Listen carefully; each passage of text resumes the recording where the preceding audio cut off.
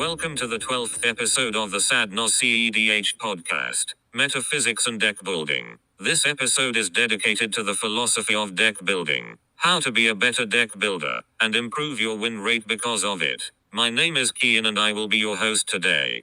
Yo, what's up everyone and welcome. Joining me today as always is my co-host Adam, better known as Poppyphobia. What's up everybody? And our good friend from the Naus crew, Spencer, better known as Mosif. What's up baby girl? Today we are talking all things deck building, but first we have a few triggers in our upkeep. Right, Adam? Yeah. So to start, we're going to shout out all of our high tier patrons. Thank you to Usable Object, Cold Ramen, and Geo Justin. The support from everyone has been amazing, and it helps us to continue making these amazing episodes. In new and exciting news, Naus is going to be sponsoring the Chaos 4 tournament. That is right. We are providing all the prize support for the next Chaos webcam tournament, a 100% free, 100% proxy-friendly webcam tournament, and first place is going to get a Wheel of Fortune. More news to come on this later, including an episode with Chaos himself, but a link to the tournament sign-up will be in the description of this video. And finally, don't forget to like and subscribe, leave a comment or review on whatever platform you're listening on, and share us with your friends so we can continue to bring fun and exciting cEDH content to the masses. Now for our main phase. So, for today's topic, we are discussing metaphysics and deck building, or in other words, the philosophy of deck building. What goes into building a cEDH deck? And how do you even start with building one? Where are the available resources to help you build a new deck, and is it okay to net deck? All of those questions and more will be answered by us, three highly qualified, some would even say overqualified, philosophers in cEDH. Yeah, I'm Greek, so I'm already a philosopher. It makes sense, right? Yeah. Yep. I think as long as you just think externally, like think outside the box, you're automatically a philosopher. But let's get into it. So, before we get into deck building, we kind of have to take a step back and really analyze what does the term deck building really even mean, Like what is deck building? Is it the process of no, I'm fucking around. So the first question that we got is when it comes to deck building, like starting a new deck, where do you actually start, right? So for me personally, when it comes to deck building, usually I start with a general idea or concept that I try to run with. And usually that concept is the commanders. So most of the decks that I've ever built have come from looking at a commander or a commander pair and been like, that's what I want to build. And I start with that. Like, oh, this commander is so sick. I'm going to build a deck just on that. And that's usually like where I start my deck building process. But I know for everybody, it can be different. And I can elaborate more into that later. But I want to hear, like, when you guys are building decks, what are the things that you guys start with initially? Yeah, I mean, like, for me specifically, it depends if I'm trying to, like, make something for scratch or if I'm looking at a list that's already on the database. Because I guess this ties, like, directly into, like, what you said about net decking right away. I don't think it's a problem at all. And there are people out there that are smarter than you. There's people out there that are smarter than me. Like, it's almost foolish not to take advice of people who put in the work and do the testing. So I'll use what they have as a great data base, as a good starting point, and just kind of build off from there. I do a lot of gold fishing, but for me, the most important thing where I start is the commanders gotta look cool. If I'm looking at these guys all the time and I think they look stupid as hell, I'm not gonna have a good time playing them. I don't care if I'm winning, it's gonna be bad. Like, Godo, I hate the art for that card. It's horrible. I'm getting an altar done. Needs to be different. And nothing against the artist, but you could have done better. Okay. Wow. Anyways, so yeah. When you're deck building, where do you usually start? I look at what strategy I want to play, and then like what colors I want to play them in. I don't really look for commanders per se. If there's good commanders in the colors, then someone probably already has done the deck or has like an idea of a deck that could be done. So I'm like, okay, these commanders seem pretty cool. But like I said, for me personally, I start like what strategy I want to play. Like Jund, I want to do Turbo Naus. Okay, so now I'm like, all right, go through resources, kind of look at what commanders are used, what card choices, yada, yada, yada. I just look at what strategy. Yeah, so I think like in terms of how I build a deck and how you build a deck, because you look at the strategy and I look at the commanders. Yeah. Spencer looks at the card art, which is a little bit different. But when you're looking at strategies, do you normally like pick a strategy first and then pick a color pairing that you want to work in? So like say you're like, I want to play a Turbo Naus deck. So I already play Grixis. So now I want to play a Sans green Turbo Naus deck, right? Like, is that how you normally go about it? Or how do you kind of structure your deck building process? I say, like, that's a good question. I say, like, what, if I'm going with a certain strategy, what gives me the most out of, like, all the colors? So, like, 5 color obviously will give you the most, but it's maybe too broad.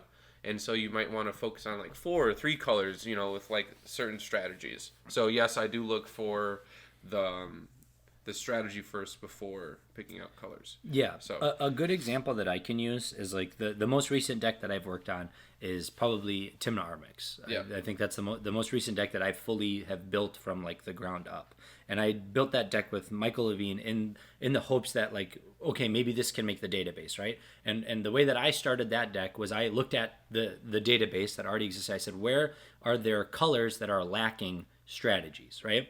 And I went through the entire database, and when I went through the entire database, I noticed one thing in particular, and that was Orzhov, so white-black, had only one deck on the entire database, and it was like a Tevish Zot. It was Tymna Tevish. I didn't know that. Stacks deck. Yeah. So I said, you know what? I would like to build another Orzhov deck to show that like there's more than just one way to play Orzhov. So then I was like, okay, let me look at Orzhov partners. Well, the best Orzhov partner that exists is Tymna, right? So that's like, but you don't want to just have a Tymna deck because like if like people talk about like Thrasios all the time, like the best what's that color pairing called? Simic? Yeah, the best Simic commander ever is Thrasios. And so if you could just play Thrasios, it's better than Kinnan or yada yada yada, right? So like I was like, well, I don't want to just play Tymna, so where can I pair another really strong partner with Tymna? All the white partners suck. Like the only good partner is Arden, right? Yep. So I went through all the black partners and I'm like, where can I pair a good partner with Tymna that's a black partner, because I don't want to go outside of Orzhov. I want to specifically build Orzhov.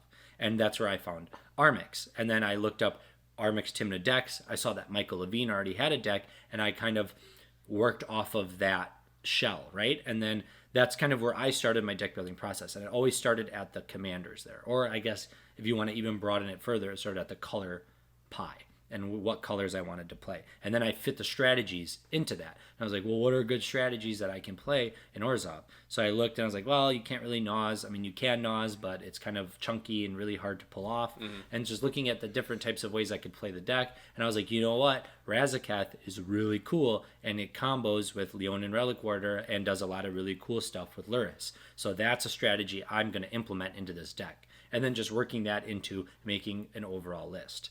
So I guess like when you think of decks like you built, for instance, Spencer, Toxrill, yeah. When you were building Toxrill, did you start with like, I love Toxrill, I want to build Toxrill, and what is my strategy going to be once you've decided that? Yeah, so like everything, I saw the art and I was like, done deal, like gotta pick this dude who looks super metal.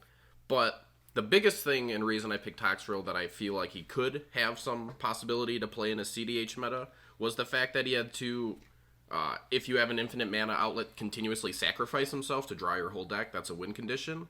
And in Dimir, Isochron Scepter combos are still pretty easy, and that combo is a lot stronger when your outlet's in the command zone, right? One of the issues people seem to have with that combo is, sure, you have infinite mana, but if you wasted a lot of resources getting there, what's your payoff? You know, if you don't have Jessica, or you don't have something that's just going to kill someone right out from what you have, it's, you know, less than powerful. But in a Naus-based deck, where your commander can just continuously, you know, win you the game once you have that combo out, it's actually pretty strong. And when I started building the deck, it was absolute garbage. It was horrible. I was getting my ass kicked literally every time I brought it and played with you guys. Like someone was coming and beating the shit out of you? Like yeah, like there were people who were like, why would you make this list? I wasted money. Like, look at all these views you have. And then they come to my house and they beat me up and call their friends. But now they love it. I'm getting heart remarks and stuff. A big part of deck building, especially if you do want to like start from scratch and do it yourself, don't be afraid to lose. Like, goldfish your hands, and like that's good and all, but it's not even close to actually, you know, going out and playing against people. That's the best kind of testing you're gonna get. And the more you play, you're gonna be like, wow, why am I playing this card? People are right. I'm dumb. I shouldn't be on this. and then you change it, and then you continue to make upgrades, and as you go, now that deck's been doing great for me. I recently switched to a Grixis list, but after retiring Slug, he did very well for me at local tournaments. I had a 4-week straight win at Sly Patch quite a bit ago using Toxtril, but it took a long time for the deck to get there. So don't feel bad testing out new cards, trying to see if they work, working around strategies that are already there. A big thing for me, too, go on the database. I'm like, well, I want this to be a Naus-based deck. What do I do? Cutting a little bit of card quality for lower mana stuff so your Naus actually pulls off and ends up like getting you the win. That was a big part for me. I know a big thing right now is people are actually upping the curve in their decks even though they play Naus. I've noticed that a lot, especially with some of the Grixis lists, at least in the Discords I'm in. They're like, no, don't cut card quality. Just hurt the crap out of yourself with Naus and still win. And I'm trying that right now, and it's still good. I think the meta is shifting a little bit towards Naus being more of a value piece than a win condition. Because like a lot, like I think we're starting to see the transition into more mid-range lists. Like a lot more people want to play mid-range. And then that's what's good about Slug too, because he also deals with the board. He also deals with like the -1/-1 counters and stuff. So that's why Slug's good as well. Yeah, and like me too, switching to mid-range, I've noticed using Naus as like a value piece is still good. It still wins me the game. So, you know, it really just comes down to playing the deck, trying it out, and learning what cards you do and don't like. And goldfishing does help. While I did say, yeah, goldfishing, blah, blah, blah, it's not the same as playing. Well, you're going to find a lot of cards you don't even like practicing against yourself. You're going to draw cards in your hand like, what is this even going to do? Like, what is this doing for me? And if you imagine scenarios where it would be useful, just try to think of like how rare those would be compared to something if you used a card that might just be generally better. Yeah, so when considering those, Well, before we move on, I wanted to touch on a few things that he said. Okay. So the first thing is you were talking about like card quality, right? Yeah. So when it comes to deck building, right, and when you're building a deck, determining that whole idea of card quality. Synergies versus card quality. Yes, because like how do you determine what card quality is, right? Yeah. That's kind of the whole idea of like the philosophy of deck building. What is card quality in a specific list, right? Like you might be playing a deck that has the color red, and Underworld Breach is a great card, but if it doesn't fit your strategy, it's not a quality card, right? Well, then don't play red. Well, like look at a list like Dawnwake or Thrasios, right? That's a very high card quality list, but you're not going to see Underworld Breach in that list because that deck doesn't aim to utilize that strategy. So trying to like determine what you actually put in your deck is a huge part of that deck building process, and figuring out like determining the strategy you want to play, determining what type of archetype you're trying to build it in, and things like that determine those kinds of card choices.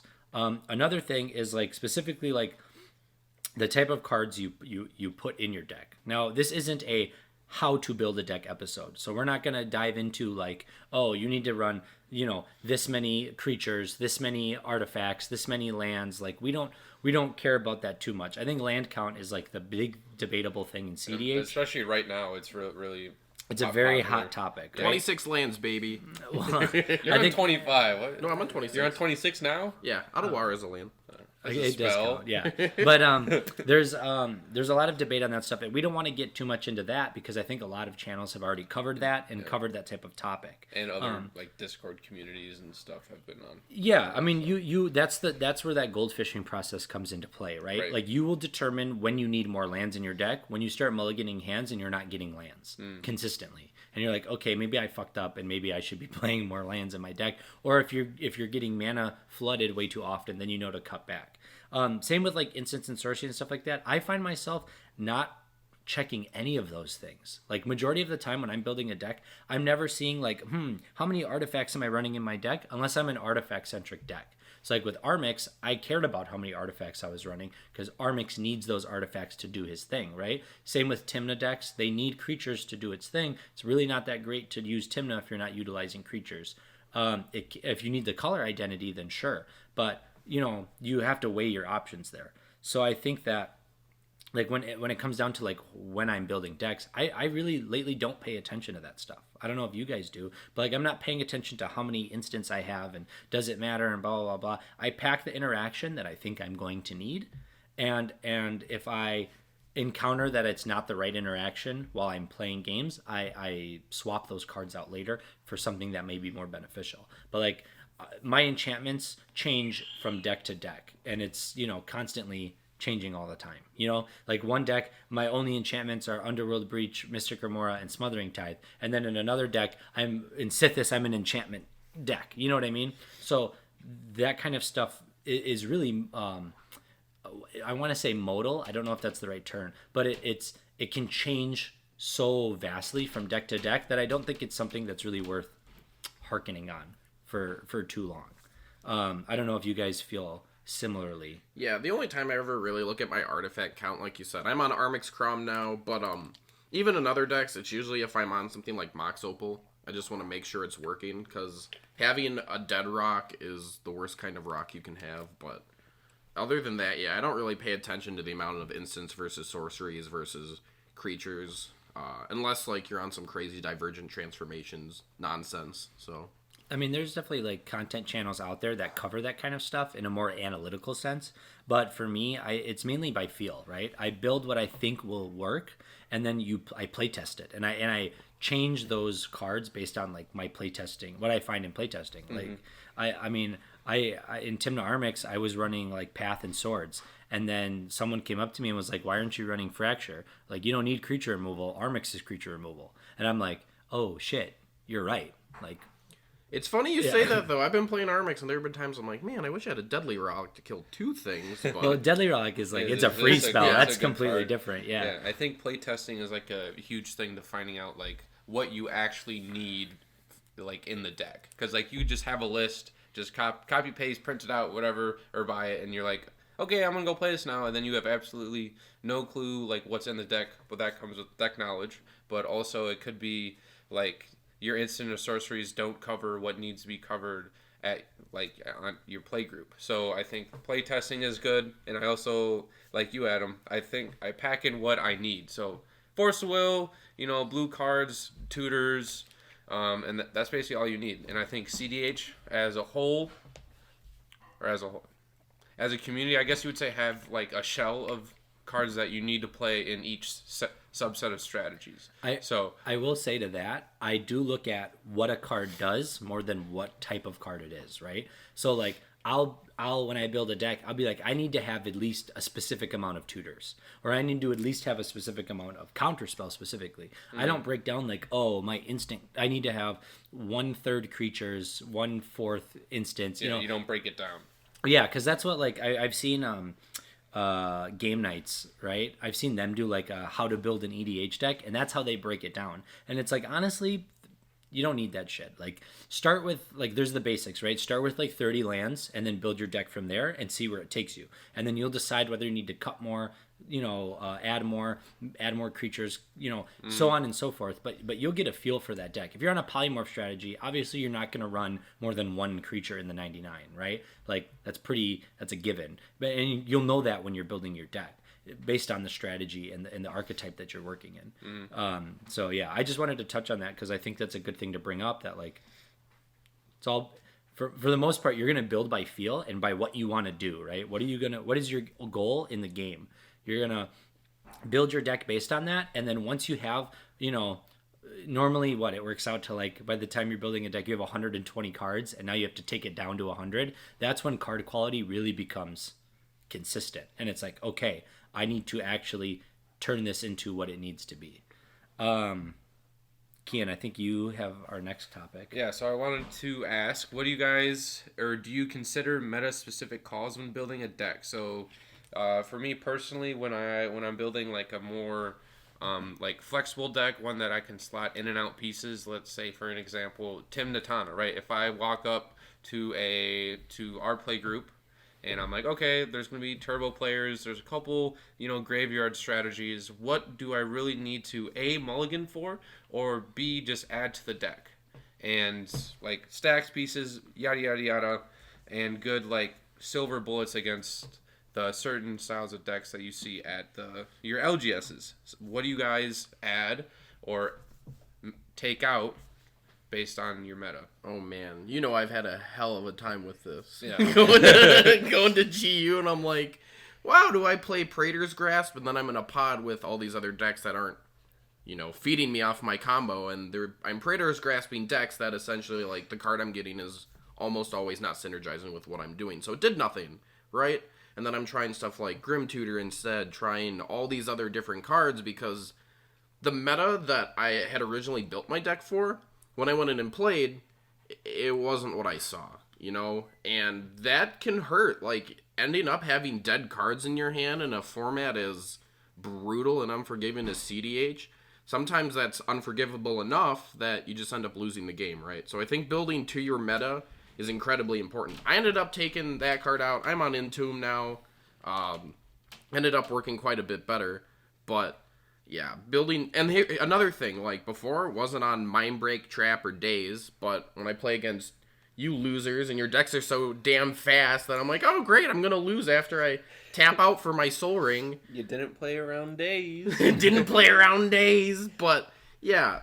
Having stuff like that, or I'm like, okay, well, in this faster meta too, they try to do something, I stop it. Or if someone like goes land Jeweled Lotus into their 4 mana Yasharn, and I can daze it, that feels really good, Kevin. I'm talking to you. And yeah, like building towards your meta, I think, is a big thing, but don't cut the card quality for it. You know what I mean? Because you're gonna have really good cards in your deck that, I guess, for instance, I was just talking to both of you about. Hey, what do you guys think about Containment Construct? And both of you are like, why are you even considering that? That's horrible. Spencer, stop it. Like, having people that you can talk to that can, like, dial you back from the little cute strategies you want to do and, like, reel you back in is also super helpful with deck building. Like, talk to your friends. That's why you got them. Like, have them help you a little bit.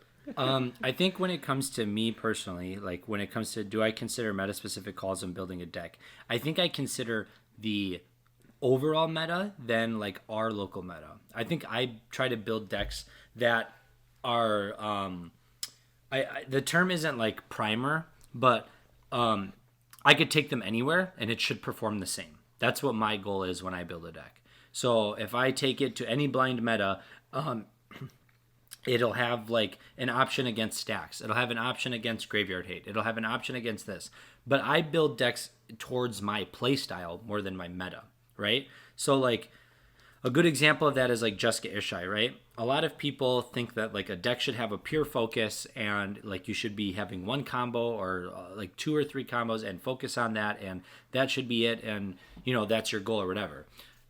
Jessica Ishai has like 9 ways to win the game in it in the list that I run. And that's because if I have someone playing Graveyard Hate, I want to be able to win without needing my graveyard. So I can't do breach lines and this and that. And I build for that scenario, not the 1% time that it'll happen, but maybe the 5 to 10%. That's what I'm building for, right? Like I play Cyclonic Rift in my Jessica Ishai deck, but a lot of them out there don't play Cyclonic Rift. I play it because if I run into stacks, I want to be able to blow up the board and then go that turn, So those meta calls, I guess, are I try to analyze the overall meta. But I think that when building your deck, it is good to consider that type of stuff. Are you running into a lot of creature-heavy strategies where you play? Well, maybe, like you said, Deadly Rollick, those removal spells, Toxic Deluge. These are cards now that you need to start considering because you're actually going to need to play those if you want your deck to succeed, right? And even though you might not think it's a good card quality choice overall, it probably is because it's going to lead to you winning more games because you can't win if you're losing all the time. And if you're losing to all these other strategies, you need to find ways to stop it. If you're not a graveyard-centric deck and you have the option to run, a Rest in Peace or a similar type effect, then do it. If you're not a creature-heavy deck and you can run a Tabernacle or, Thalia effects or things like that, or like Thalia effects if you are a creature-heavy deck, then do it, right? Like these are meta calls that I think people should be making when it comes to building your deck and how you analyze card choice for building those decks. Yeah. And that also ties in with card quality. Yeah. Because like having a certain stacks piece or like a rest in peace for a non-graveyard deck. Yeah, you're substituting like, I could be running like another tutor or something, but this card will 90% of the time hose like the decks that you sit across from. So like substituting that for cards that will decrease your chance of losing. Yeah, like as opposed to 60 card formats, we get one game and your sideboard is in your main deck. So you're playing to win this one game. You should probably be prepared especially if you know what you're gonna see. Yeah. Well, and like a big thing for me is that it may not progress your board's like your game plan, because a lot of people say Or it that, right? slows down other people. Why would you play that card? Because it's not going to progress your own game plan. But like sitting at a table, if I sit at a table and I see like Jordan the other day is a person that we play with, and he put a rest in peace in play in his 3-color deck. And I'm like, you're not even a stacks deck. Like, why are you playing that? And he's like, well, because everyone here uses graveyards. And he's like, I don't need mine. So what do I care? And I'm angry. I'm like seething mad because I'm a graveyard deck. I need my right. graveyard. And he's absolutely right. And that's a good meta call. You know what I mean? So I think that people should consider meta calls, especially at the local level. If you're playing at your LGS or whatever, then meta calls are definitely something you should be considering. Now, if you're a webcam player, right, and you're playing on Spell Table or Discord servers, it's really, really, really hard to play decks based on metas, right? Unless you're like, you know, playing in like Josh's Discord league or and something. everybody's playing stacks and stuff like that. Like, you know, then you can really build against a meta. But for most webcam play, the spectrum is really broad. So it's really hard to pinpoint like, oh, this is the type of strategy that I'm going to aim to combat or beat. But there's asymmetrical pieces that do that as well. And that's where you take in card quality. Like, I think Douthie Voidwalker should be in every black deck ever, because it's just a good card. It's a stacks piece. It's card advantage, and it's asymmetrical. So you're not affected by it, right? Like, And you can cast stuff already exiled with other people's Dauthies. Oh yeah, it's definitely got utility. I'm a huge fan of the asymmetrical stacks pieces. One of my new favorites, Wandering Archaic. Oh my god. Dude, I've seen Wandering Archaic, not only from you, but from other players now. Dumb. It's way better than I ever thought it would be. It's just such a high mana value that I don't think people consider But it it's very colorless, often. so Yeah, it's and like, it's so like, you know, you get enough of your like colorless good rocks, like you're slapping that sucker out there and he's doing work. Well, and I forget Wandering Archaic is out all the time. Like, I forget all the time it's out, and then I cast right into it, and it's like, well, I'm not paying, so go ahead, get your free tutor. You know, it just feels bad all the time. Spencer, do you want to ask the next question? Yeah. So, is there ever a point...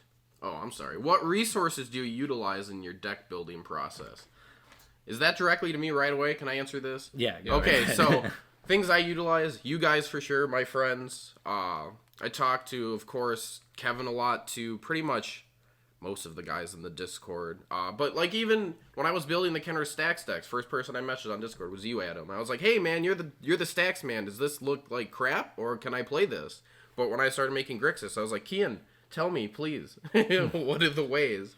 So go fast. yeah, having people that have played that deck going into Discords, our Discord specifically, you should probably join the Sad Norse Discord, come in. But yeah, going into Discords with people who play these decks and talking to them and trying to like tap into that knowledge, because they've been doing this. They know what works, they know what doesn't. Like, don't try to think you're smarter than everybody right away. Everybody has their things they're good at. Like, listen to what other people have to say. It's kind of like being a little kid trying new food, you know? It's like, I don't want to try that. It's not good. And then you try to like, I love this. Like, listen to what people have to say. The worst thing that'll happen is you'll be like, oh no, this does suck. I was right. And then you validate yourself. Or the other option is, oh wow, they're right. This is amazing. And I want to keep playing it. Like, those are the only two options. Why wouldn't you like listen to other people, you know? Mm-hmm. Yeah, I think that I utilize more than most of our friends the most outside resources. Because whenever I'm like really deep into deck building, I kind of like I go into this mode where like I'll kind of shut everything down and it's like, okay, I'm gonna focus on building this deck. So like some resources, obviously the database I think is a great resource. You can see strategies, what type of archetypes people are playing, what type of cards they play in those archetypes. I think it's much better than some generic resource like EDH Rec, because EDH Rec is gonna be filled with casual stuff, you know, competitive stuff and all these different things that are going to hodgepodge and mix up the type of cards that you'd play in a strategy. I think it's good for looking at like niche things, because like I think the casual scene is amazing at finding cards specific for a commander. Yeah. Like the perfect card for that commander exists and someone found it, and you can find that on EDH Rec. But like when it comes to cEDH, that's where you find like, oh, you know, I'm going to build a deck that wants to win with Underworld Breach. And then you look on the database and you're like, oh, every Underworld Breach deck runs Lion's Eye Diamond and Brain Freeze. I wonder why. And then you learned, oh, because it just goes infinite. Yeah. So that's like a resource that I really use. Another great resource I use is Playing with Power has this Mox field list, and they update it pretty frequently, and it's about the most played staples of every month, and they update it like almost every month, and it's like these are the most popular cards being played in cEDH, and it's like a list of 100 staples, and every month they show which ones are being played the most and the least, and it changes all the time because as people build new decks and new strategies, they and I'm not sure like entirely. I think they get it from their Discord, from deck lists people post in their Discord, or deck lists that are on the database, I think is where they get that information from. But it just lets you know, because the deck base is always evolving, what cards people are playing the most. And it's kind of eye-opening because you'll see like, oh, Thoracle is played in like 40% of decks, right? But then like Underworld Breach is played in like 30, and it's like, well, Thoracle's played a lot more, but not everybody's doing Graveyard. Yeah, so you get you can kind of really get a deep dive into what people are playing and build your deck kind of around those types of things. And then I use my friends all the time. As soon as I'm done with a list, I'm like, Kian, look at this. What do you think? Spencer, look at this. What do you think? Our Discord. I posted in the Discord. I at all the people that are in the brew house. I'm like, hey, what do you guys think about these decks? Like, give me advice, give me whatever. I go to Josh's Discord and I make a thread about my deck, and then people comment and let me know what cards they think I should have or shouldn't have. And like you were saying, like people's advice is very valuable. Like even if you think it's bad advice, like really consider it and like think about it heavy, because you'll come to find out like, oh, that's way better than I thought. Like when I brought up Fracture and Timna Armix, I was like, why the fuck do I want to play Fracture? It's white and black. It doesn't get rid of creatures. It's less mobile. I can't play it on turn one. Like what do I care? And then I slotted it in, and I'm like, oh, when that Resting Place was in play, I was real glad I had a Fracture to get rid of it. You know what I mean? Yep. So like that's the type of stuff that you need to consider when other people are giving you advice, especially people that have a storied history of cEDH. Like they've been around the block once or twice and they know what's up, and they're just trying to help you as best as possible. And then YouTube. I watch so much YouTube listen to other podcasts like the Mind Sculptors and Playing with Powers podcast, and like the Spike Feeders. All these people that have old content, a lot of that old content is really, really resourceful and really helps when you're trying to determine some type of style or combo or things like that. Yeah. Personally, I use like the obvious answers like DDB, right? That's like when you want to build a new deck in cEDH, fuck EDH rec. Don't even use that as a fucking resource, okay? That's some casual ass shit. Garbage. That's fucking trash. Hot trash. Anyways, you always just go to like the DDB, or because like that's like the easiest thing to go to. All right, I want to play this strategy. I kind of have like what colors I want to play. Let's go here and find it out. And then you're like, oh, I can play this list, but I don't like these commanders. I could slot out a couple cards. Everything's right there. And I think you two touched on it greatly.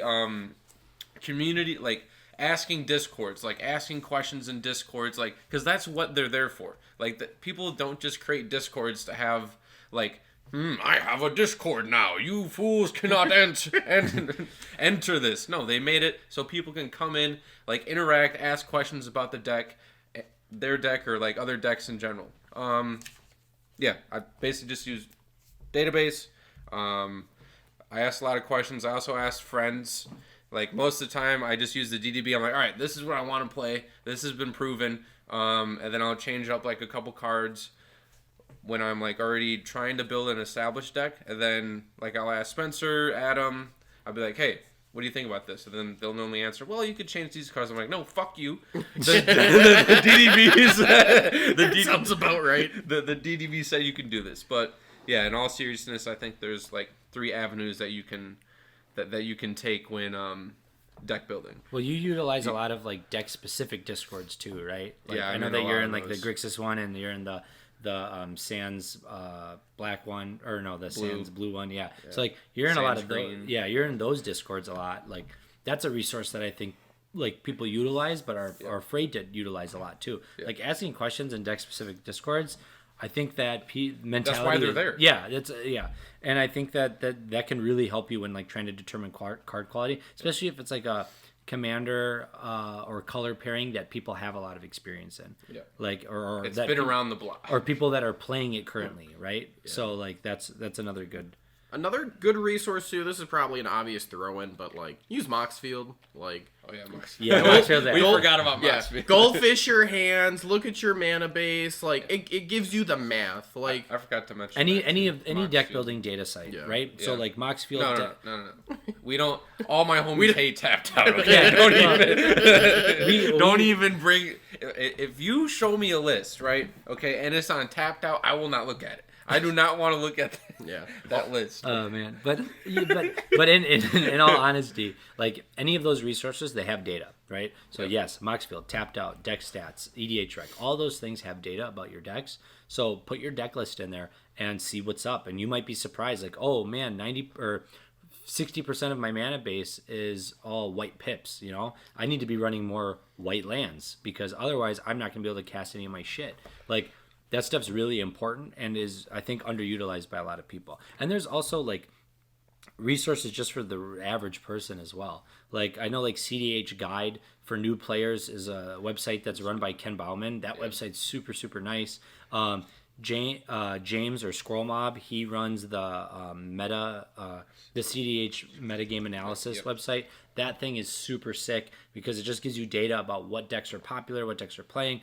No, he did a recent episode with Callahan on the Mind Sculptors about it, and he, let's just say he understands his data is skewed because it's all based on volunteer entries, but it's still good data to look over and see.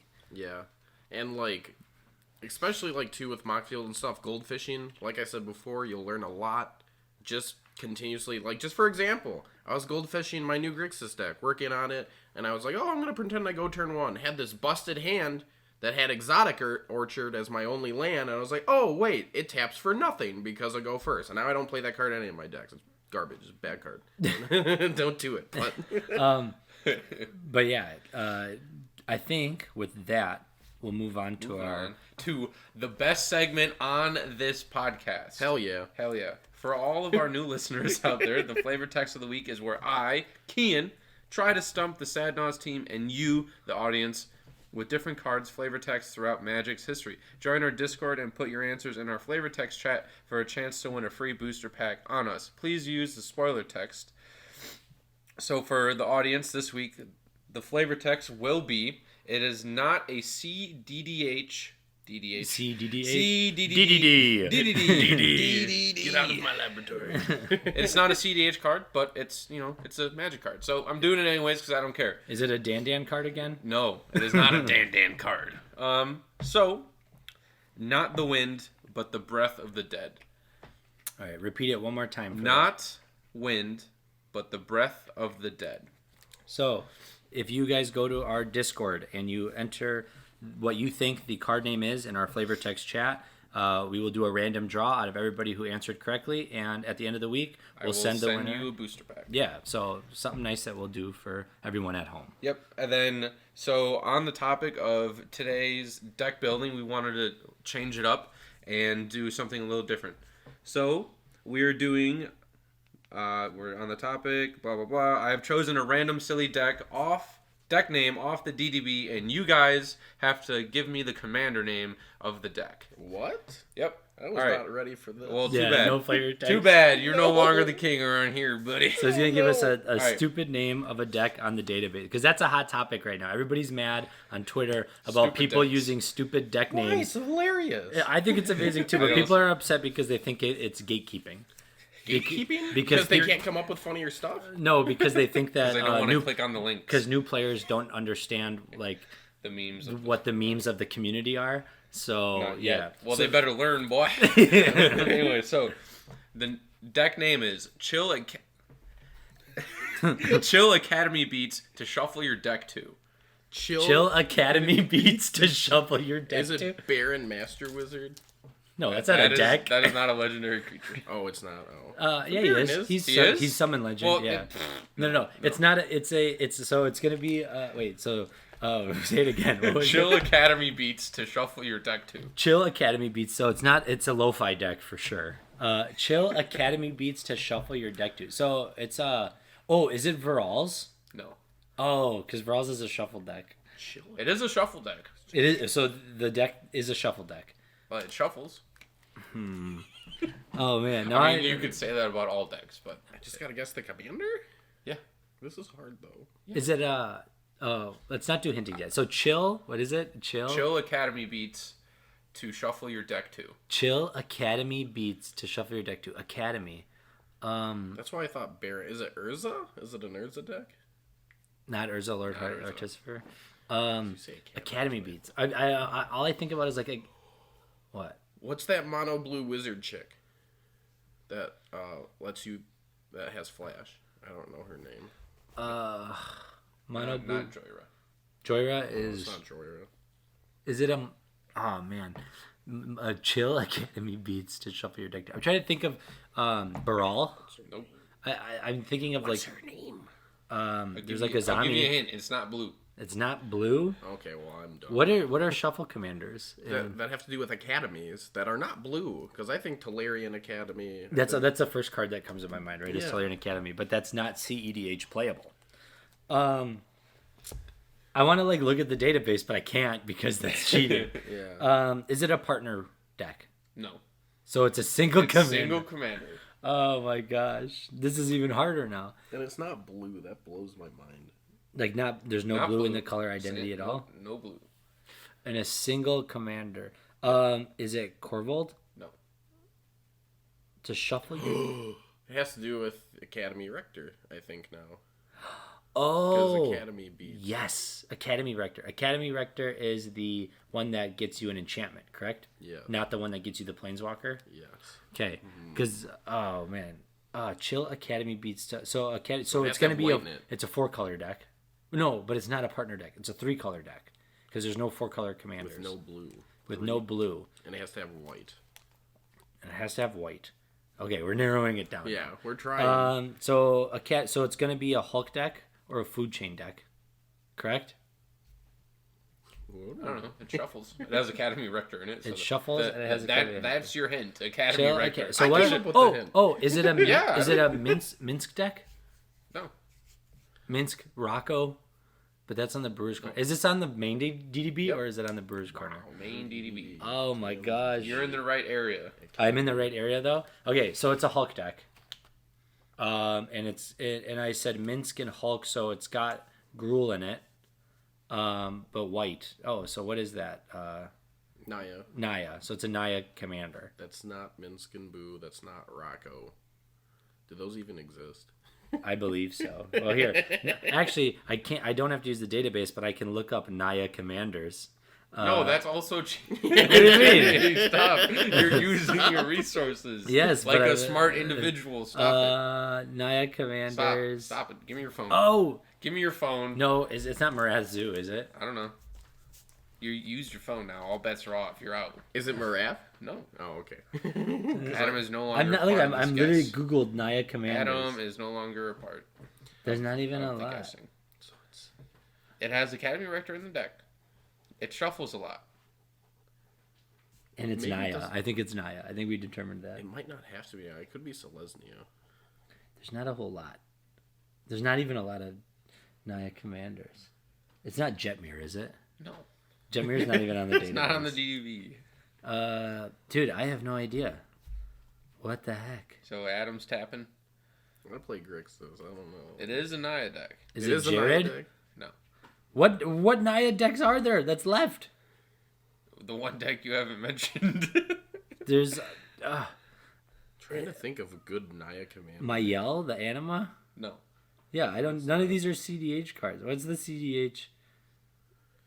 Okay, what is it? I'm gonna tap out. Spencer? Oh yeah, I give up. Atla, Nest Warden.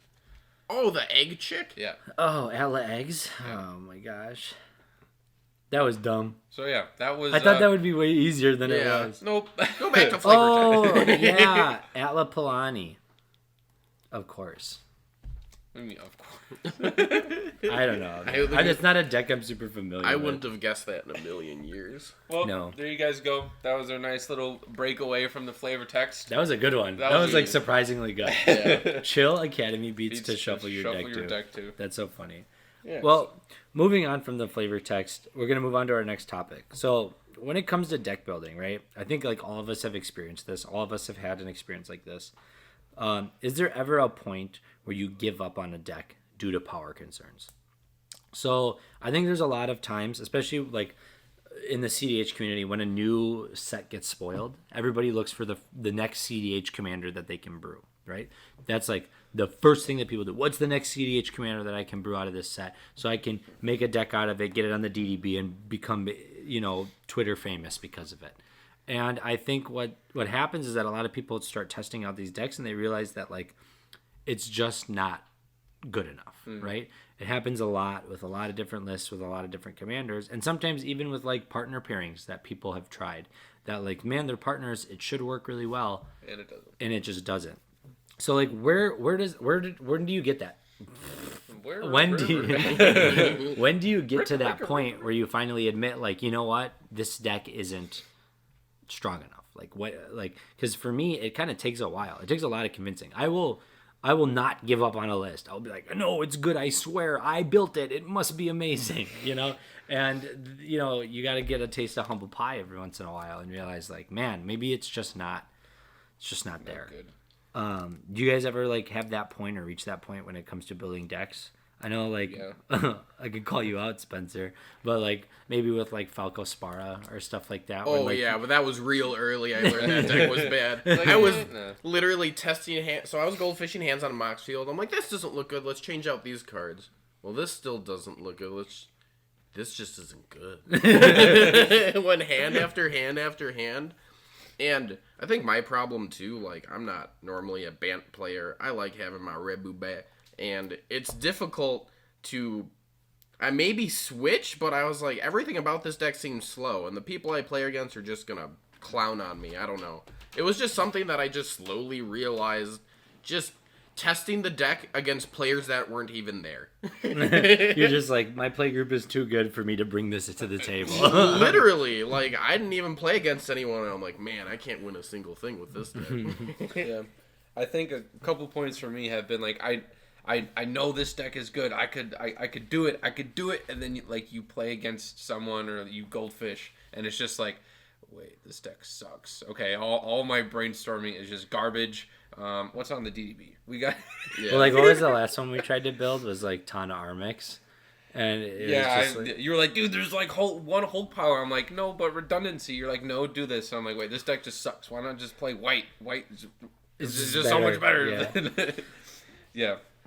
I don't know. I think that like there's always going to be that point, whether it's like starting off in a play group where you guys are starting off casual and everybody tries to one up each other, and there's that progression towards cEDH, and then you face like cEDH players that have been in the game for a minute, and it's like, oh, okay, I was powerful in my last play group, but in this one I fall short, and like vice versa. It's like I've been playing this deck.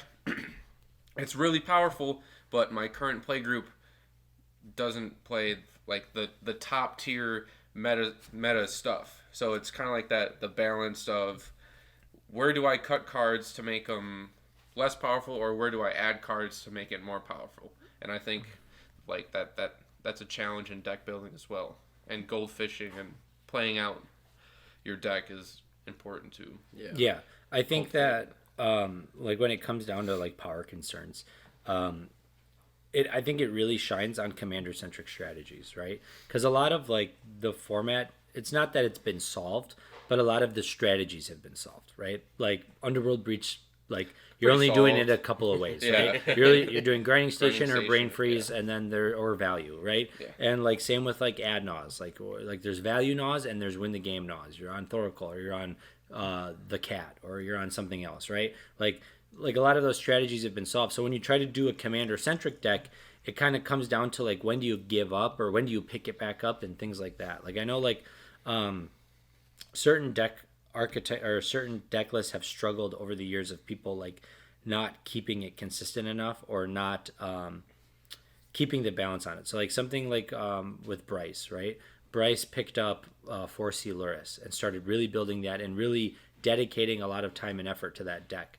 The original creators of that deck kind of gave up on it. They're like, well, it's not powerful enough. We think Blue Farm is just better, and yada, yada, yada. And we've seen Bryce kind of like pick that back up and say like, no, I think it can compete on a similar level. It might not perform the exact same way, but it's niche, it's different, and it is capable of beating tier 1 lists. So like kind of there is like a weird balance point there. That's how I got into Tymna Armix. Was Michael originally was working on it, and then he kind of gave up on it for a little bit. I picked it back up and was like, hey, this deck has legs, like you should really reconsider it. And then, now all of a sudden there's a big push on it. And a lot of people are into Tymna Armix now. I know Vasher has a list that's like a turbo list. So, you got to really know when to give up. And you can tell. You're going to play games and you're going to get stomped all the time. And you're like, man, this just isn't doing it for me. It's not winning. It's not getting there. It's not whatever. And it could also be not the right time for it. The meta might not be in favor of your deck. Look at like Teferi Chainveil, right? That was a good deck for a long time. But we're all on Tymna decks now. We got creatures. Teferi's not sticking around. So that deck no longer, it's outdated at this point, right? Yep. And now it's still powerful, but not powerful enough, right? Its strategy's too central on its commander. And I think that's where you see a lot of people giving up on decks due to power concerns. Yeah, I agreed. And there were multiple times, too, I was very close to giving up on Slug. I was like, I can't beat anybody with this deck. I don't know what's going on. But the more I played it, and so we're not saying, too, like, don't stop. Like, if you really think it has a chance, keep going. Don't give up. There are situations, though, where, like, maybe you should throw the towel in, if it's Falco, but... Like, if you put enough effort in at that point, you're like, okay, this deck is pretty poo-poo. And then it's time to, wrap it up and maybe trying to brew a new deck. Like, a new set probably came out after the months you spent trying to make this to solve this one commander. Yeah. And what's funny is, like, most people are going to have those commanders solved before the set even comes out. Yep. Like, spoiler season, that's when people start brewing a lot. So, like, I think they did that with Rocco. Rocco was, like, solved before it ever dropped. And, like, once it came out, people already had the list built. They just needed to get their hands on a Rocco. Yeah. Yep. Like, and it's cool to see that. But I think that, like, it can discourage a lot of players, too, at the same time. Yeah. Spencer, do you want to ask the next topic? Yes. So what concerns do you guys have regarding the community's overall approach to deck building? So with like the community's overall approach, I think what me and Kian were kind of discussing when we brought up this topic is, like, there's this idea, right, that people need to be playing a specific list of cards no matter what their color, right? Yeah, a shell. A shell. You need to have this shell. And so, like, there's also, like, the way that the community builds decks is, like, we kind of touched on it earlier about how, like, certain people think you need to run a certain land base, right? Like, oh my god, the discussions lately about mana bases is crazy. Like, oh, if you run this many amount of rocks, you can cut this many amount of lands, and yada yada yada.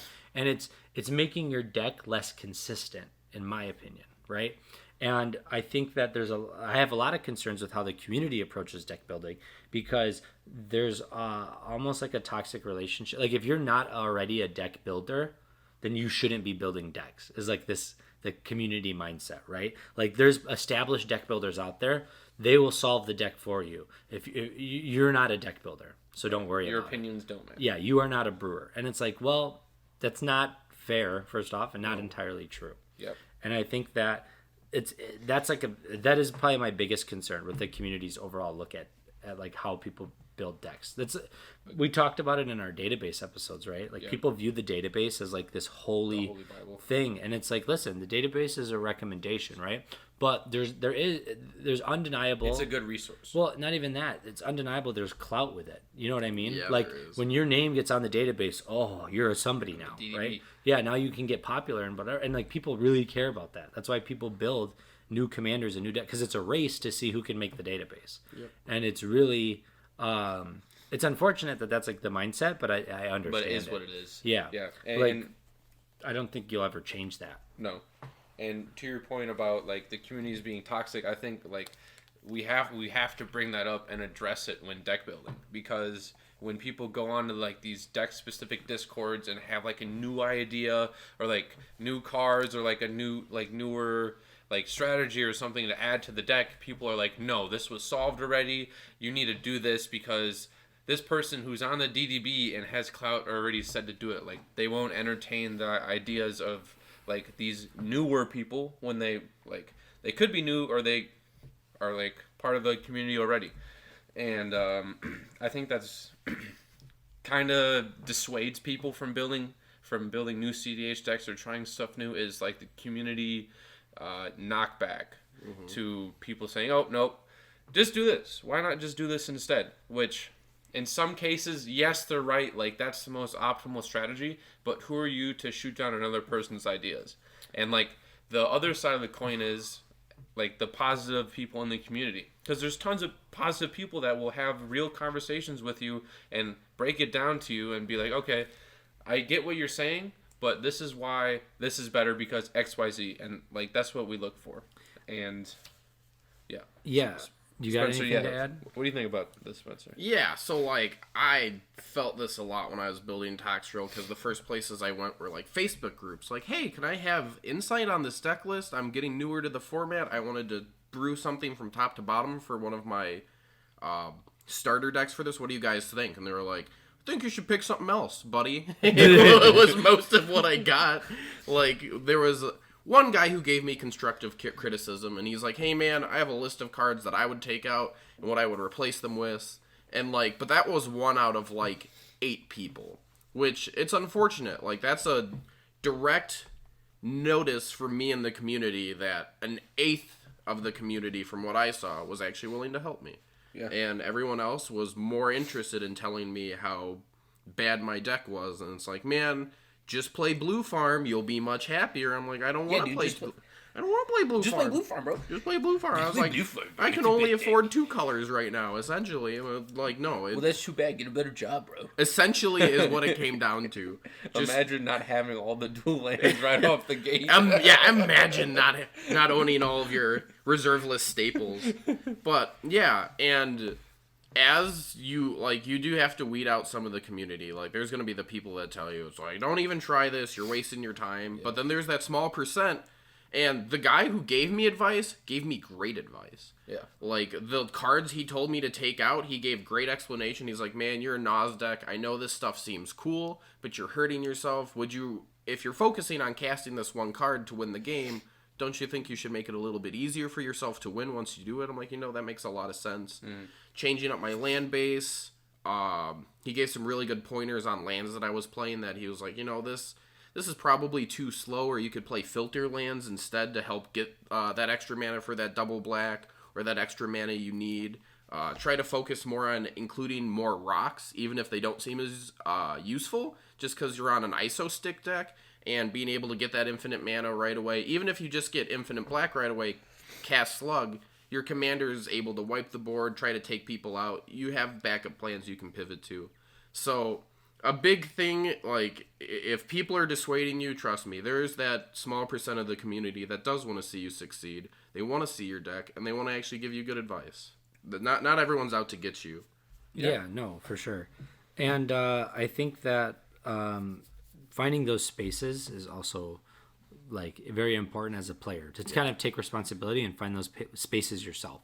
I know that we try to cultivate a space like that in our Discord.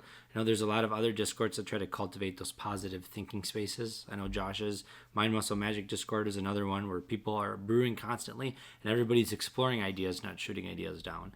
And I think it's also good to be honest with people. Like, hey man, good idea. That's really cool. It's really fun.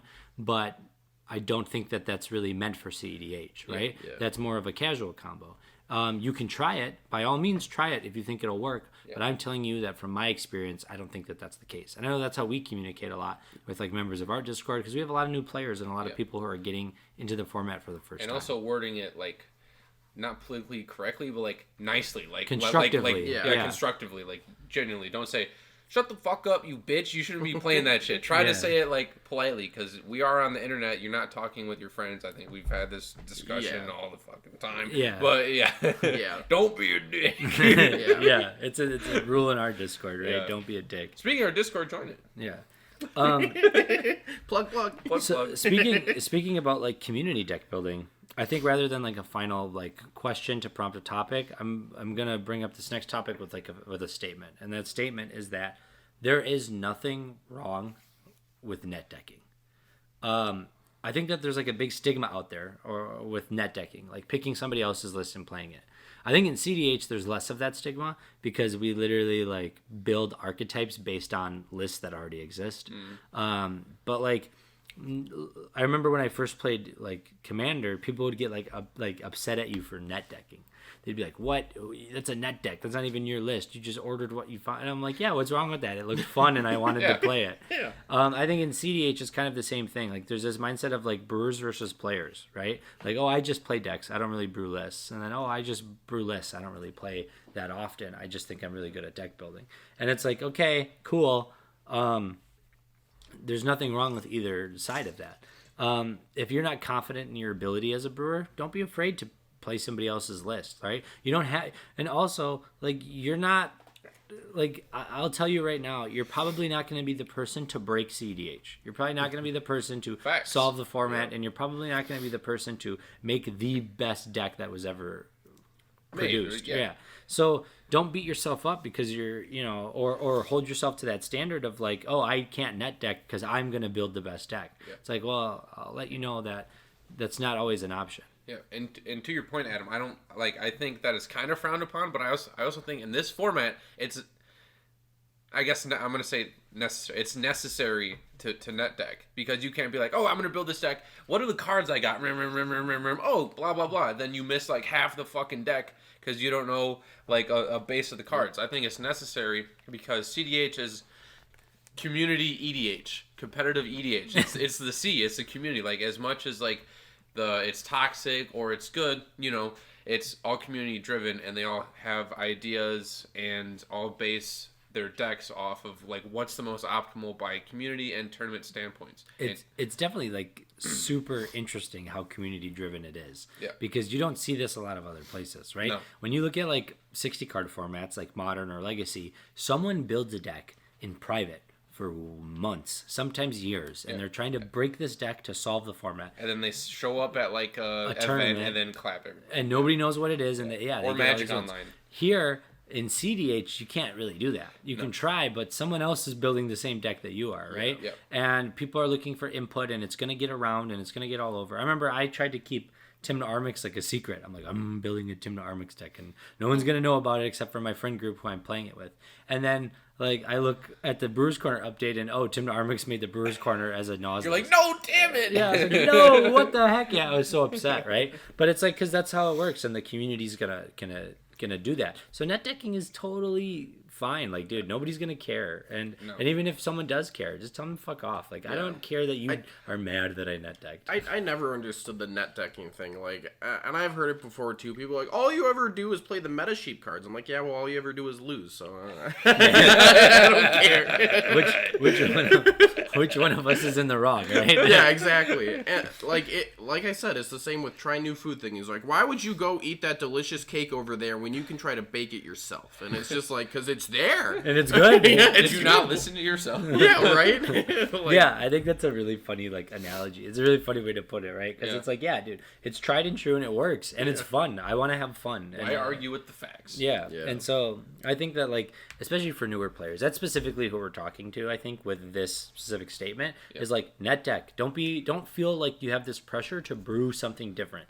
You don't have to brew something different. You could play what's established and learn and change cards you don't as you play. Yeah, I when I first started this format, I was never like, I'm gonna brew a cEDH deck and I'm gonna beat everybody's ass. No, it was like, what's the deck that looks the most fun to me? Oh, Jessica Ishai looks amazing. I'm gonna build that deck, and then I made tons of meta calls with that deck. Remember, I was running your old version. The old version. Yeah. Now I run the database version because I'm like, this is tried and true, works better. But like, yeah, you can change a list and do whatever, but like, don't be discouraged because someone tells you like, oh, that's net decking. Yeah, and it's the same guy that's like, you're net decking is the same guy that's like, you should just play Blue Farm. Basically. So, anyways, I think does anybody have any closing stuff? I think we I think we covered most of it. I think our closing statement was very impactful. Anyways, I think we had a cool discussion today.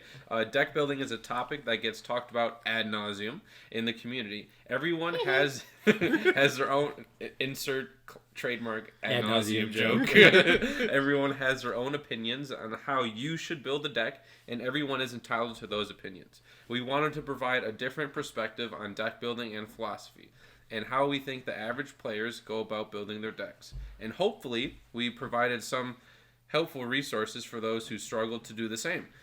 Hopefully, this episode might help any lost brewers out there and answered those major questions you guys might have. With that, we are going on to Burgey's Corner.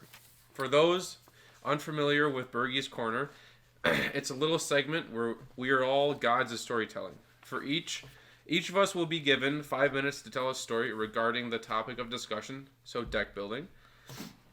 And we can share our best or worst experiences we've had while building a deck. A story regarding excitement, accomplishment, or disappointment, and emptiness. So who wants to go first?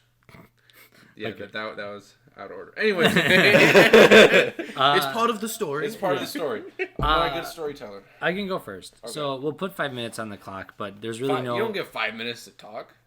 That's what it says. I said that? Yeah. No. We'll put 5 minutes on the clock, but I doubt we'll ever use that because our stories are normally pretty quick. No. So you said a story regarding either excitement and accomplishment or disappointment and emptiness. Yep. So I'm going to share a story about disappointment and emptiness. I remember when we first started doing like content creation stuff, and we were first getting into like, we're going to make a team and start a YouTube and do all this stuff. We were like, what's a good way to gain popularity? And we're like, oh, I know a good way. We're going to build some popular decks. Like we're going to try to showcase decks and get them really big and show people like we are capable of being those brewers. You know, the same thing that we were saying before, where like there's this community almost pressure that like if you're not a brewer, you're not anybody, right? So me and Bryce were talking, and we were trying to figure out what kind of decks could we build that would be unique and different. And we decided on trying to do Ishai Kodama. And that was because at the time, Sakadama was like super popping. And it just came off of winning a tournament. Everybody was like super hype on Sakashima Kodama. They're like, this is so crazy. It's a meta buster deck, and everybody's gonna watch out for Sakadama. But the downfall that list had was that it shined best when other players were playing stacks pieces. And so we were like, well, why don't we just run our own stacks pieces and win with that? So we're like, let's add white to that color pie, run Sakashima in the 99, and we'll basically Secret Commander Sakadama, but we add another color. And we brewed that deck for like weeks. We were on that for so long. We spent like nights brewing it. Me and Bryce spent a long time talking about lines, talking about discussions, talking about combos, because there's a ton of different ways to combo in that deck, but it's like figuring out what the best combos are and yada, yada, yada. And at the end of the day, the deck was just fucking clunky. It was just too clunky. The mana values were way off. Everything is huge, large permanents because Kodama cheats things into play. So you're playing big spells to play a big spell, then cheat in a big spell. So you're double spelling every turn. It requires Kodama to be out. It really combos best when there's two Kodamas, but you don't get two Kodamas in the command zone like you do with Sakashima Kodama. It was just really slow and really hard to pull off. And it just sucked, man. Like you spend so much time building a deck, and so much time goldfishing, and so much time practicing and playing online and playing with your friends. And you really want to make the deck work, and it just doesn't. And it really takes a lot out of you. And I think that you have to kind of find the motivation to continue, or if not to continue, you got to find something new to pick up. And so that's what we did, is we just moved on to the next deck. Nice. Like, screw this deck sucks. And then it came back to haunt me, because when I got asked to join the MLC to replace Rebel, one of the decks I got was Ishai Kodama. And I was like, no! Why did you do this to me? It was so... Karma's a beach. Yeah, it was just so... It was very disappointing. But, yeah, that was just like a story of like when it just doesn't work out. Mm-hmm. Now, hopefully, I can tell another story later eventually about Timna Armix did work out, you know, but we're still working on that deck day Should get in. I think it's got a good chance to make the database, but other than that, yeah, that's it for my story. Who would like to go next? I guess I can. So my story is going to go way, way back into the young days of Spencer deck building, back when I was a little kid in the years of VHS tapes and stuff of that nature. What are those? No, I'm joking. I'm joking. So, me and my brother, we started Magic on Unhinged. That was the first set we played. We bought a box as kids, and when we first went to a Magic shop to try to get more cards, we realized, Unhinged isn't the real format. They're not real cards. It's not a deck. So, we still didn't know anything about formats, right? And we're like, okay, well, let's try to build the best decks we can. And we're at the shop, and I'm reading the cards. I'm like, wow, these seem good. I don't know why I wouldn't play 4 of these. So, I bought 4 Demonic Tutors. I had 4 Dark Rituals. And this was about the time when the first, like, Planeswalker things were coming out. And the first Nicol Bolas was a thing. And I'm like, wow, this card seems great. So, I only need 2 of these, right? Because I have these 4 Demonic Tutors, right? I have Dark Rituals. I can look from right away. And then it was a pure Grixis deck. And I played Fog Banks, Reassembling Skeletons, Creature Removal, Rituals, and Tutors. And the whole deck was just, stopping my... Yeah, literally getting to either turn 8 or Dark Ritualing out an early Nicol Bolas while stopping damage from Fog Banks or using Reassembling Skeletons to block and just killing things or counterspelling things as they came, right? So, I talked to Stuart and I'm like, hey, we should actually go to a Magic shop and play against people. Like, we got good decks, I think this will be fun. So we go, and we were still younger kids. I think I was like maybe 13 at the time, Stuart would have been 10. And we go to this shop, and there was adults playing, and that was frightening for us. We're kids, and we're like, wow, these guys, they look like they're my dad's age. Like, what's going on over here? I think we're going to lose. And one of the guys, and he was actually pretty nice, and he walks up to us, and he's like, hey, we haven't seen you around the shop before. We're like, yeah, we just got into Magic. This is my first deck I've ever made. We're really excited to play it. And he asked the damning question, well, what format do you play? And I was like, Magic. And he's like, no, what format? Magic the Gathering. He's like, oh, okay. So he's like, you just have whatever cards you have, right? I was like, yeah. He's like, well, I play Standard. This is the best deck in Standard right now. But if you want to play, we can have a couple games. I was like, sure. And I just smoked him. Like, it wasn't even close. But then again, like, I'm casting turn 1 Demonic Tutors as, like, a 13-year-old kid. And he's like, he's like, what kind of deck is this? I'm like, you'll see. All excited little Spencer kid just blocking all of his... I think it was Allies at the time is what he was playing. This was back in old Zendikar Standard. And he's swinging into my Fog Banks. Nothing's happening. I kill him, and I drop the Nicol Bolas Planeswalker. And he's like, let me look through your deck. And he's looking through. He's like, this isn't legal in any format whatsoever. And I was just like, well, we play it at my house, and I think it's just fine. He's like, no, the deck's amazing. He's like, but you can't have 4 demonic. He's like, you can only have, like, 1 Demonic Tutor in Vintage. I'm like, I don't even know what that is, buddy.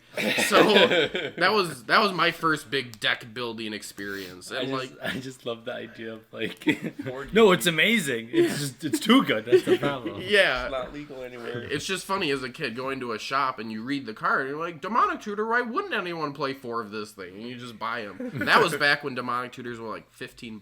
Were they still on the reserve list at the time, or were they off? They were not. Yeah. And I got the white border ones.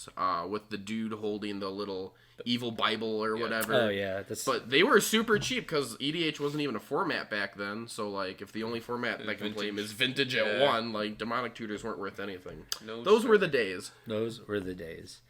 All right. And then, Kian, do you want to talk about your story? Sure. Well, so for my story, I'll preference this with the fact that I net deck a lot, okay? I don't really, like, brew original decks like in cEDH. For Pauper, like, I'll be like, oh, this looks cool, and then I'll, like, maybe brew a little deck. Because, like, I think brewing in Pauper is, like, so fucking easy. It's way easier than cEDH. Yeah. But, I think another story involving Bryce. 2 a.m., I sat down, I was like, Bryce, all right, listen, I've been on the ROG train for, like, 6 months at this point. I was like, bro, listen, all right, what if we build turbo stacks? ROG Timna, I sack ROG for mana, and I just, like, slam, like, Draneth Knowledge Pool or some crap. We're like, oh, dude, this deck's gonna be gas. So we build the deck, we start net decking. We're like, okay, what do other stacks decks play that have relatively low curve? So we put in the shell of, like, stacks pieces. So, like, Rule of Law, like, Rest in Peace, We put Helm of Obedience combo in. We put a bunch of other crap. So we're like, okay, we start goldfishing hands. We're like, yo, this deck is pretty good. So we're like, haha, bam, bam, bam. All right, so 2 months go by. And I don't know if you guys are familiar with the X Mage. It's like a free, like, think like Mitgo, but totally free, and it's like no one uses it. But we're So it is Mitgo, but just free. yeah. But we're playing on Mitgo. We're playing cEDH. I'm like, all right, you know what? It's time to put the pedal to the metal, I guess. I was searching for a different analogy, but that's what I'm going with. Okay. But I was like, all right, fuck it. I'm playing Brog Turbo Stacks, right? Sat down. First game I won with, like, rest in peace, Helm of Obedience. That was the only good hand I got the rest of the night. Blah, blah, blah. Dude, this deck was booty. Okay? Someone played a piece. I was like, oh, I can't play the game anymore. Oh, I can't play the game anymore. I just pooped out everything, and then I couldn't do anything. So that's the only, like, cEDH deck building, like, I wouldn't say experience. But like story. But like story, I guess. Because most of the time, I'm just like, all right, what deck do I want to play? DDB. Okay, I want to change a couple cards. And then it's like, okay, well, I got my deck now. So yeah, it's interesting that both of our stories involve deck Involve- building with Bryce and disappointment. and how it turned out, the disappointment, yeah. Well, I will say this. Whenever Bryce comes to me with an idea, I'll be like, is this a Bryce idea? Is this a Bryce and AJ idea? Or is just like a genuine idea that you got off like a Discord? Ooh, it's a Bryce idea. I'm like, all right, it's garbage. I don't listen to it. It's all just jokes, but yeah, those are all, I think, pretty good stories. Not mine. You guys had more If actual stories. Like I'm thinking about putting a like a Burgey's Corner section in our Discord. So like, if our users ever want to tell stories or something, that'd or be cool. Discord members, I think that'd be something really cool. That like, just type for hours. I don't care, but Stories. post your story about like Bam. whatever our stories were of the week. That might be really cool. I think support this. I do too. I Heavily. think I've gotten feedback personally through like random people that don't even play cEDH. Like a couple coworkers, Stuart texted me. He was like, "Yo, I really like the Brewers Corner. It makes you guys Burgey's Corner. It makes you guys more relatable, and it like helps that like I'm tuned into the podcast. Like I know you guys a little bit better. I'm like, okay, wow, okay, Yeah. maybe it's Well, a good idea. I guess So, if you guys want us to add like a Burgey's Corner section to the Discord, just let write us a know in the comment, episode discussion or or just comment write on a comment YouTube. on Yeah. YouTube. Yeah. But other than that, I think we can move to our cleanup step. So I have a first, frog trigger on the stack. don't even remind me.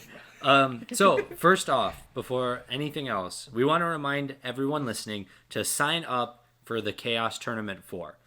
We are sponsoring the prize support, and right now we're getting prizes together. The top 4 has already been decided, but we're almost to $1,000 in prize support for this tournament. So that's crazy. And, you know, us at Sad Naus, we're providing all of it.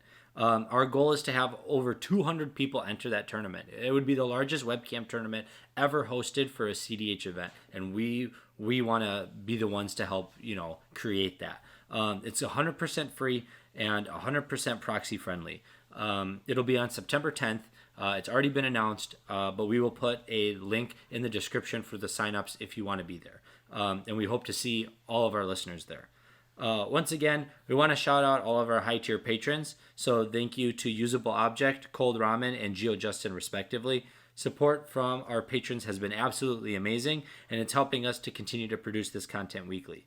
Make sure to follow us on Twitter for all of our channel news, updates, giveaways, and collaborations. A link to our Twitter will also be in the description. And please join our Discord. We're almost to 200 members now, which is like super crazy to think about because we were at like 30 members like a month ago. So it's really cool to see how much our community has grown and how many more new faces and new people we get to talk to on a daily basis. You can talk to us about our episodes, get deck building advice, or just tell us about your day. We don't really care. We'll listen to anybody. We just would love to have you there. And finally, whether you're listening on YouTube, Spotify, Apple Podcasts, or anywhere else, please leave a like, subscribe, leave a comment, drop us a review, or just share us with your friends. It really helps with growing our channel and gives us the ability to work with new people and reach new audiences. And with that, I think we'll end this episode. So thank you all for listening, and we'll see you next week with special guests Chaos and Fosorius. Hell yeah. See you guys in the next episode. Peace out. See ya.